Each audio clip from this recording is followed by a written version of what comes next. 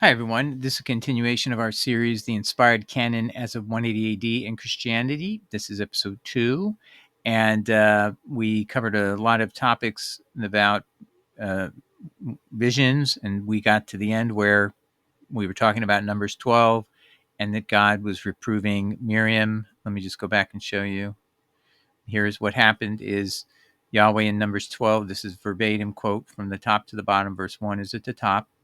And we have here when Miriam and Aaron are coming forward and have said to themselves, God heard them that, hey, we're prophets too, and why don't we have as much authority as Moses? And God, Yahweh, overheard them, not overheard them, but heard them, and says, he reproves them. He says, when there is a prophet among you, I, the Lord Yahweh, reveal myself to them in visions. He's talking about them. I speak to them in dreams, but this is not true of my servant Moses. He is faithful in all my house. With him I speak face to face, clearly, and not in riddles. He sees the form of the Lord. Why then were you not afraid to speak against my servant Moses? So Aaron and uh, Miriam both had been prophets. It's mentioned in passing, but the difference God is saying is when I speak to you, Miriam and Aaron, I speak in visions and dreams. I speak in riddles to you. But when I speak to Moses, I speak face to face, clearly, and not in riddles. Therefore, the revelation to Miriam and Aaron is inferior to that of Moses. So this is why the Jews put the book of Torah separate and first before all the other books. There's no prophet who's going to be equal to them, who's an ordinary prophet who's getting their message by visions. And so now, let me back up here and show you something. This is Friedman in his commentary on Torah in 2001, pages 467, 468. He goes through all the prophets and he shows you virtually every time they say they are getting it by visions and dreams. So he's mentioning here, this is a quote, in a vision and a dream, all prophetic experience in the Tanakh are understood to be all through visions and dreams except Moses. Do you see the difference? And then he goes through the various books and he shows you that, Isaiah begins, the vision of Isaiah, the vision of Obadiah, the vision of Nahum, the words of Amos, which he envisioned, the word of Yahweh, which came to Micah, which he envisioned, the oracle of Habakkuk, the prophet, he envisioned. You see, God Yahweh is making it very clear when he speaks to the ordinary prophet, what? He's speaking in riddles and dreams. But with Moses, I speak face to face, clearly, not in riddles. So this is absolutely essential to know the difference between the 12 apostles who have a face-to-face relationship with Jesus, and Jesus says the Father is dwelling in them, right? So when they are hearing the words from Jesus face-to-face, what's the difference between that and someone like Paul who claims he's getting his revelations in the third heaven? The revelation to the apostles, then given back to them by memory in their Holy Spirit, is a face-to-face encounter. So that is totally superior and is exalted way above anybody else. Even if he claims I've had the most exalted vision or experience, it's nothing compared to the face-to-face. And Aaron and Miriam were arrogant and boastful and prideful and all of these things, and God couldn't do enough to Miriam, and she was the ringleader of this quest for more power, and he put her in her place and said, you virtually have spat on my face, and when you do that, you deserve this. And he gave her leprosy. And then Moses begged and begged and begged, God, please, that's my sister. Don't do that to her. And he relented because he loves Moses. But he didn't have a great love for this vision prophet who was trying to claim she was on par with her brother, or yeah, God couldn't stand that. And he specified what's the difference. Visions and dreams are not as on equal par at all with when God, Yahweh, spoke to Moses. Now, I specified last time, Deuteronomy 18 is a prophet like me. This is a prophet who's going to come in the future. And according to Peter in Acts 4, because he was at the transfiguration, he should know Yahweh spoke over Jesus' head before three witnesses, eyewitnesses face to face, remember? So that would be Peter, James, and John, and they all witnessed Yahweh saying, listen to him. And listen to him as a direct quote out of the prophecy of Deuteronomy 18. And that is a prophet like Moses. And why is that important? Because now you're going to have someone just like Moses who, when you're listening to him, or when Jesus is hearing the words first, it's like a face-to-face relationship. Because why? Because Jesus says the Father dwells in me. Isn't that interesting? So there's why the prophet would be have an intimacy and frankly, I think a superior revelation than over Moses. Moses is face to face. Jesus is where he's inside of him, in a sense that's even superior to face relationship. But clearly, he's still like Moses in the sense it's not a vision or dream that Jesus is having. So again, when you're hearing, and I'm going to show you we're going to get to it today. We're going to show you how to analyze, in light of Numbers 12, the experiences of Paul, which are just visions, although he makes it sound so exalted and so unbelievable. Wait till I show you how he describes his visions as the most exalted of all. He's trying to make himself more important, just like Aaron, just like Miriam. And whether he was having a prophecy or not, or whatever, his experience, his response to it is this exaltation of himself and praising himself. And wait till you see the context where he says this, where he supposedly knows he's boasting, but he just seemingly just has no self-control over this type of issue. Anyway, I hope you see this is a key litmus test for how to look at canon. So if you don't know this issue with Miriam, Aaron, and Moses, and why Moses is superior, and there is such a thing as a superior revelation, face to face is superior than visions and dreams. That's the rule. Just take that as the rule of this lesson so far. With that in mind, I want to now read you where Paul talks about his experience in the third heaven. Now, he's going to start off sounding actually humble by talking himself in the third person, but gradually he throws off that persona, talking about a third person, and it's clear he's talking about himself. So please read with me or listen. So I'm going to use my new cursor. I found a way I can make the cursor visible, so I hope that will help us technically. 2 Corinthians 12, verses 1 to 11, KJV, verse 1. It is not expedient for me, doubtless, to glory. I will come to visions and revelations of the Lord. I knew a man in Christ above 14 years ago. Whether in the body, I cannot tell, or whether out of the body, I cannot tell. God knows, such as one was caught up to the third heaven. Now, you're going to learn this is himself. So Paul is trying to be humble here, not say it's himself just yet. He's going to say, I was taken up to the third heaven. That's going to be what he's really saying as you progress. 3. And I knew such a man, whether in the body or out of the body, I cannot tell. God knows. How that he was caught up into paradise. So third heaven, he's equating with paradise. And heard unspeakable words. That's key here, I think, because that means he's not allowed to say anything. He's been prohibited by whatever is going on in this place. He was told, you can't repeat anything I tell you. And also he says this, which it is not lawful for man to utter. So he's actually telling you he was prohibited by a law. It's like, I can't tell you what I'm hearing here. Now, in none of the visions of all those prophets I showed you, the list by the Mr. Gordon and Mr. Friedman, is they all, Obadiah, Isaiah, they all are able to have a vision and repeat. So where is Paul going that you don't repeat things? I believe that he went to a place he doesn't think, he thinks it's the third heaven, thinks it's the paradise, but it isn't really.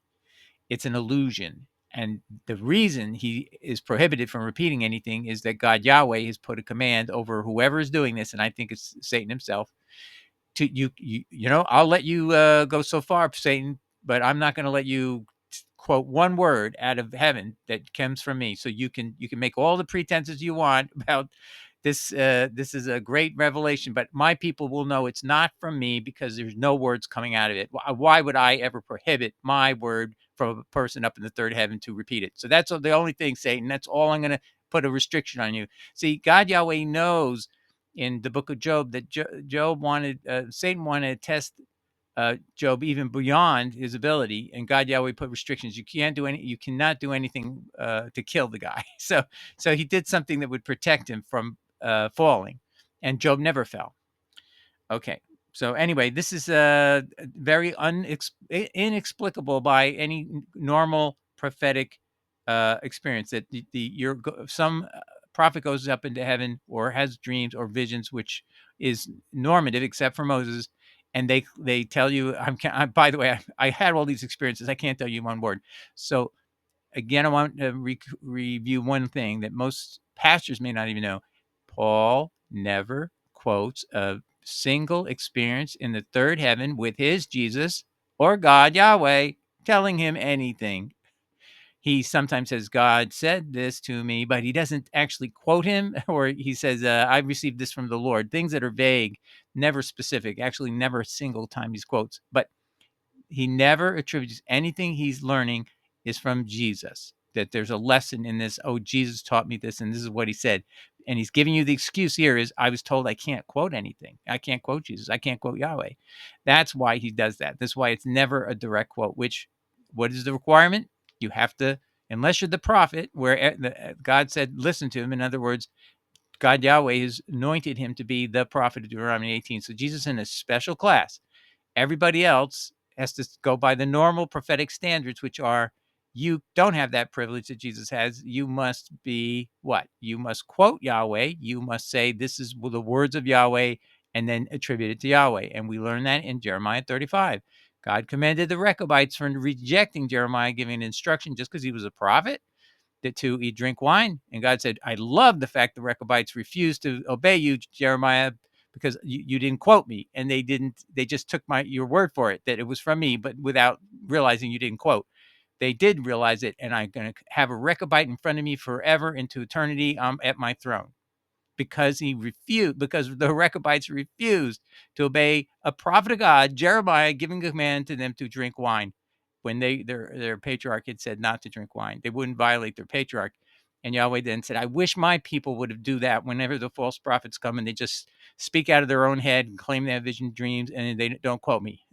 So you see, you can't make this stuff up because you're going to have to go read that and you're going to look at, but you got to look at the commentary. That's what they point out is the difference between why was God commending the Rechabites. Sometimes people try to obscure what it is, and translations don't try to help you either. But anyway, it's all there, and I have a whole article on Jeremiah 35, and that's key to understanding inspiration as well. But we'll get that in another episode.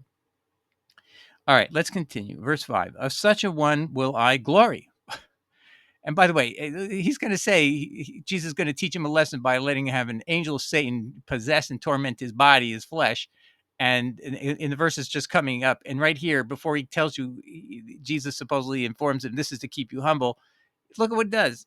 Of such a one, I will glory. This is himself. He's going to reveal it in just a second. So of this person, I'm going to boast. And then it's himself. It's just, you can't make this stuff up. Yet of myself I will not glory. But you are. You haven't yet revealed that this is all you. You're going to do that in 2 seconds.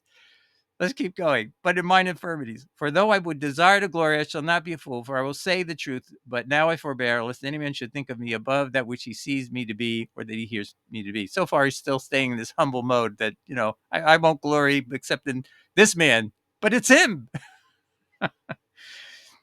Okay. And then now he's going to talk about this person.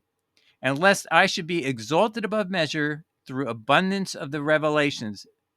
Now, there was given to me a thorn in the flesh, a scolops, actually, in the flesh, the angel of Satan. It's mistranslated or downplayed by the word messenger. Angels are messengers, but that's, you should use their actual title that we're familiar with. Angel of Satan. It means they're a top dog lieutenant to Satan.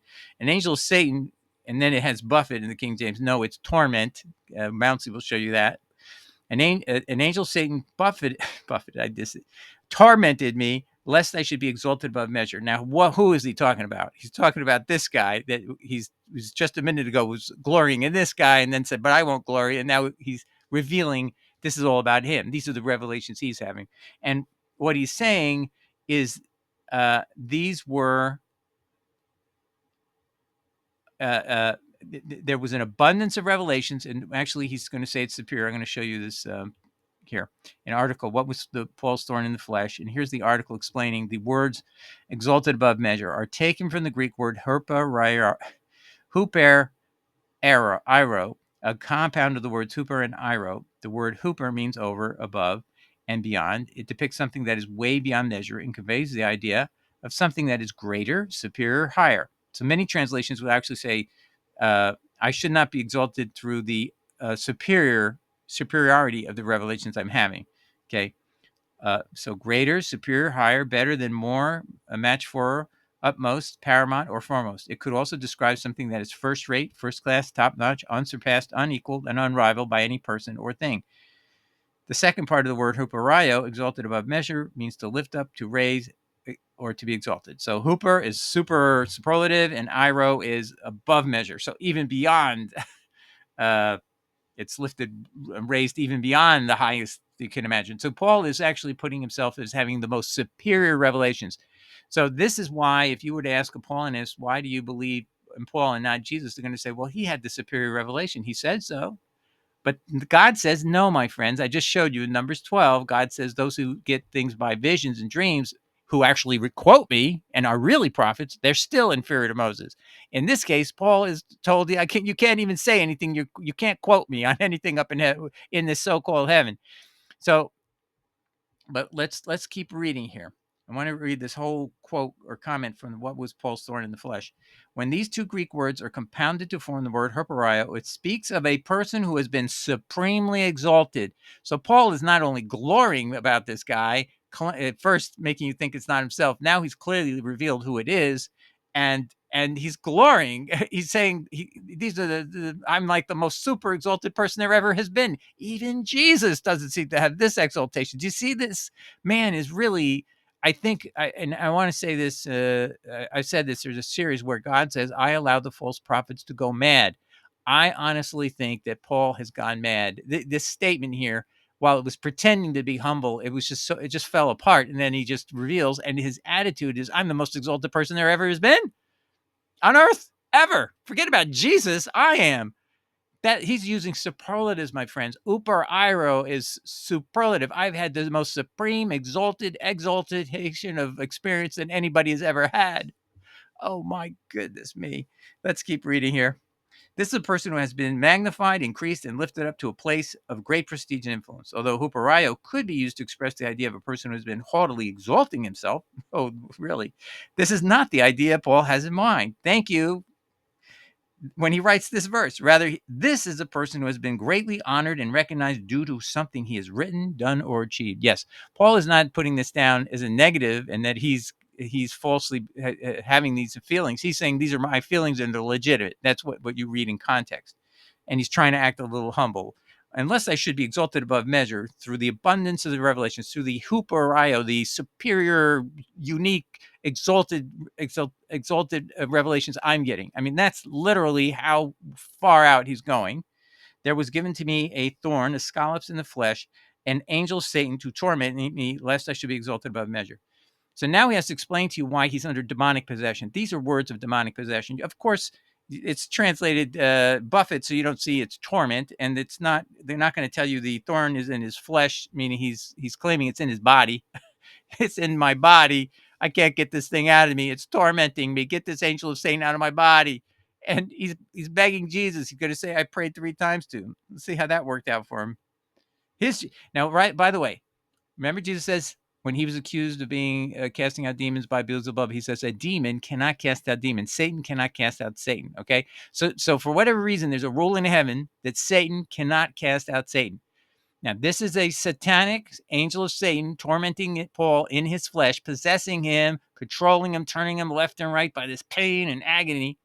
He knows it's from Satan. It's been revealed to him by Satan. Excuse me, he's been revealed to him by who he thinks is Jesus. I think that's where he's claiming he knows this is who this is. And yet he's not putting 2 and 2 together. Like, why is this, his Jesus is going to refuse to give him reliefs. And Jesus has cast out demons from all kinds of people. Why wouldn't he do that for you, Paul? Why aren't you thinking, why is he leaving me this? And he's going to say, he says right here, it's so that I might be humble. He's not going to help me out. And Jesus said to me, my grace is sufficient for you, for my strength is made perfect in weakness. But if he's Satan, he cannot cast out the demon. You see, God has taken this power away from Satan. Most gladly, therefore, will I glory in my infirmities, that the power of Christ may rest upon me. Look what's happened. He's now starting to boast about the infirmities that he got this tormenting angel of Satan in his body. He's going to boast about it. I'm really happy about this. I want to praise the Lord that I have an angel of Satan tormenting and possessing me. I mean, therefore, I will take pleasure. He can't stop.